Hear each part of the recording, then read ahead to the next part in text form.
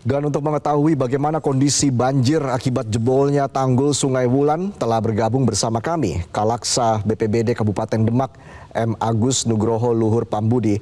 Selamat sore, Pak Agus. Selamat sore, Pak Agus. Assalamualaikum warahmatullahi wabarakatuh. Waalaikumsalam. Pak Agus, bagaimana kondisi banjir di Demak hingga sore ini, Pak? Ya, perlu kami laporkan bahwa sebelum tanggul Sungai Wulan jebol lagi, itu kondisi kita sudah 10 kecamatan 74 desa.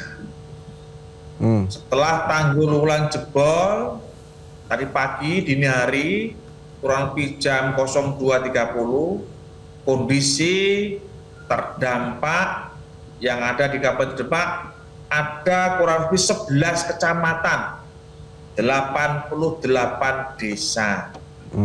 Dan kami hanya bisa berharap agar tidak semakin meluas dan semakin tinggi airnya. Satu-satunya harapan kami adalah ditutupnya jebolan-jebolan tanggul tersebut, dari mulai tanggul yang ada di Sungai Wulan maupun yang ada di Sungai Lusi, tepatnya di Desa Bugel, Kecamatan Godong, Kabupaten Grobogan. Karena itu merupakan penyebab utama banjir yang ada di Kabupaten Demak episode kedua ini, Mas Stefanus. Baik, Pak Agus, artinya terkait dengan hal itu, apakah ini sudah dikomunikasikan dengan pemerintah setempat ataupun pemerintah pusat begitu, Pak? Ya, kami sudah komunikasikan secara intensif dengan BBWS dalam hal ini di bawah Kementerian PUPR bahwa tanggul-tanggul kritis ini memang harus segera dikuati, termasuk yang jebol kemarin di Bugel atau di Sungai Lusi di Desa Bugel, Kecamatan Godong, Kabupaten Grobogan itu harus juga segera ditutup. Tapi sampai sekarang belum maksimal penutupannya, sehingga kami berharap segera ada langkah-langkah konkret dan nyata untuk penutupan tanggul itu. Karena kalau tidak bisa ditutup tanggul itu, maka mungkin Demak yang 14 kecamatan bisa terdampak semuanya. Karena terus terang Sungai Wulan dan Lusi ini sungai besar yang ada di Demak, yang airnya dari Kedung Ombo itu luar biasa. Dan yang kedua, kami berharap ada pembagian air antara Demak dan Kudus maupun Pati maupun Juwana, karena terus terang semua air yang mengalir ke Bendung Wilalung itu arahnya paling besar ke Demak. Jadi tidak menutup kemungkinan tanggul-tanggul kami tidak akan kuat untuk menampung semua debit air yang ada dari atas atau dari Bendung Wilalung maupun dari Lusi. Demikian Mas Stefanus. Oke, Pak Agus, dengan Resa di studio, Pak Agus, artinya apakah betul sudah ada alat-alat berat yang diterjunkan begitu untuk memperbaiki tanggul, Pak? Karena menurut laporan dari rekan kami sudah ada sejumlah alat berat begitu yang diturunkan untuk memperbaiki tanggul yang jebol tersebut, Pak Agus. Ya, tidak cukup banyak dengan alat berat, karena terus terang juga ada pancang-pancang yang lain, kemudian ada tanah dan sebagainya, sehingga bisa dipakai untuk menutup tanggul tersebut. Termasuk yang ada di Sungai Lusi, Desa Bugel, Kecamatan Godong, Kabupaten Grobogan, itu juga merupakan sumber utama air yang mengalir di banjir tempat kami sampai dengan kota Kabupaten Demak. Mas Reza. Baik, dari 14 kecamatan sejauh ini 11 kecamatan sudah terendam banjir begitu ya, Pak Agus ya? Kami konfirmasi lagi. Sudah terdampak banjir, ada 11 kecamatan, 88 desa. Oke, 88 desa artinya bertambah 14 desa dari sebelum tanggul jebol itu 74 desa sudah terendam. Dan setelah tanggul jebol bertambah 14 desa lagi hingga mencapai 88 desa. Lalu bagaimana dengan kondisi jalur Pantura, Pak Agus? Berapa ketinggian air yang menggenangi jalur Pantura? Ya, jalur Pantura saat ini kurang lebih 150 sampai 200 cm.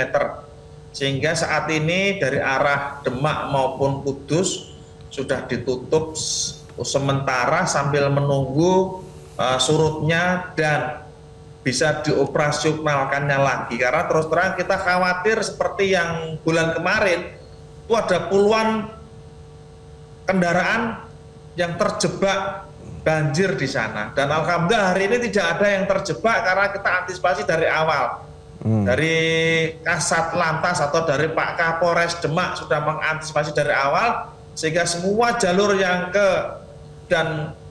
Demak maupun ke Kudus lewat Pantura sudah dialihkan melalui Welan Jepara. Demikian Mas Reza.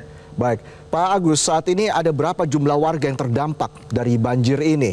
Dan apakah sudah tersedia tempat pengungsian bagi warga yang terdampak, Pak Agus? Ya, yang terdampak saat ini menurut catatan kami yang terakhir 92.246 jiwa, 27.254 KK, dan saat ini yang mengungsi kurang lebih 12.962 mengungsi di 19 titik sementara catatan kami.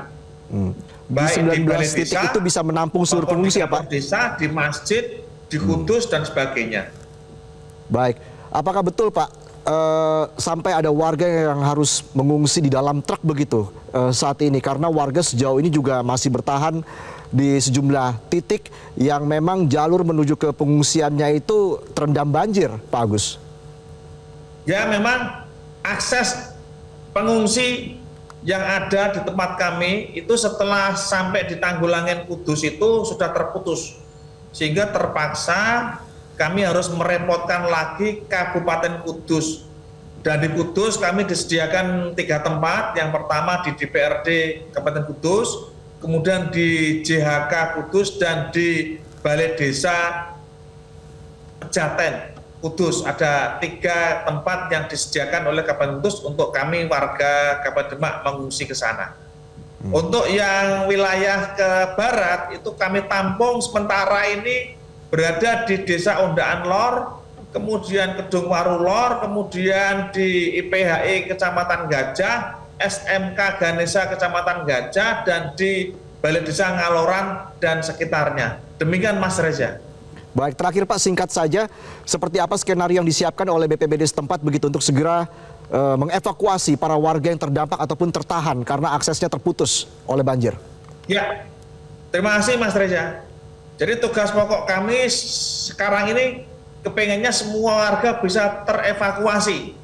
Kemudian kami tempatkan di tempat-tempat pengungsian yang aman, kemudian kami jaga kesehatannya dan kami siapkan untuk logistik makannya. Demikian Mas Reza. Baik, terima kasih atas informasinya Kalaksa BPBD Kabupaten Demak, Pak Agus Nugroho Luhur Pambudi.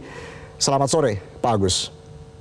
Jelajahi cara baru mendapatkan informasi. Download Metro TV Extend sekarang.